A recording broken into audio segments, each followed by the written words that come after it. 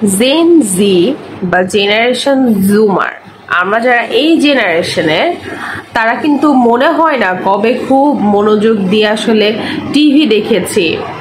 কিন্তু লাস্ট কয়েকদিন ধরে ফেসবুক বলেন, টিকটক বলেন বা অন্যান্য সোশ্যাল যেসব প্ল্যাটফর্মগুলো রয়েছে সেইগুলো সব কিছু বাদ দিয়ে এক ধ্যানে টিভির দিকে তাকায় বসে আছে।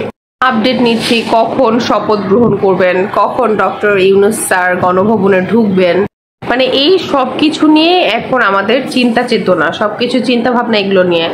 ইভেন যখন কারোর সাথে ফোনে কথা বলছি তখন কিন্তু এই রাজনৈতিক প্রসঙ্গগুলাই কেন জানি ঘুরে ফিরে চলে আসছে কথা বলার মাঝখানে। কারোর সাথে কথা বলছি তখন কিন্তু আমাদের দেশে কি হচ্ছে, কি হবে বা ভবিষ্যতে কিভাবে চলছে, কি হতে যাচ্ছে এইসব নিয়ে কথা বলছি। আমরা কিন্তু আমাদের দেশকে নিয়ে অনেক কনসার্ন।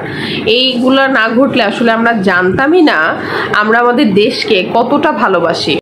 আমরা আসলে এর আগে কখনো রিয়েলাইজই করি নাই যে আমরা আমাদের দেশকে ভালোবাসি। তাই না? যে কোনো কিছু একটা হলে বা যে কোনো কিছু একটা ঘটলে আমরা কি বলতাম, থাক এই দেশে থাকার অনুপযোগী, ট্রাই করি দেশের বাইরে কোথাও চলে যাওয়ার বা বাইরে কোথাও সেট হয়ে। আমাদের দেশ ভালো না, আমাদের দেশের সিস্টেম ভালো না, আমাদের দেশের মানুষ ভালো না, কবে এই দেশ ছেড়ে চলে যাব, সবসময় এই চিন্তাগুলো করতাম। আসলে কি জানেন, আমাদের দেশকে আমাদের সামনে যেভাবে প্রেজেন্ট করা হয়েছিল আমরা সেই জিনিসটা পছন্দ করতাম না। যারা আমাদের সামনে সেই জিনিসগুলো প্রেজেন্ট করেছিল আমরা তাদেরকে পছন্দ করতাম। আমাদের দেশের করাপশন গুলো আমরা পছন্দ করতাম না, এবং এই সব কিছু মিলিয়ে মনে হতো আমাদের দেশটাই ভালো।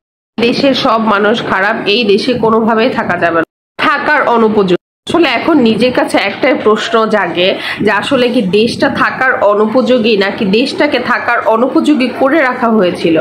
আসলে মুদ্রা কথা কি জানেন, আমরা আমাদের দেশকে আগেও ভালোবাসতাম, এখনো ভালোবাসি এবং ভবিষ্যতেও অনেক অনেক অনেক ভালোবাসবো।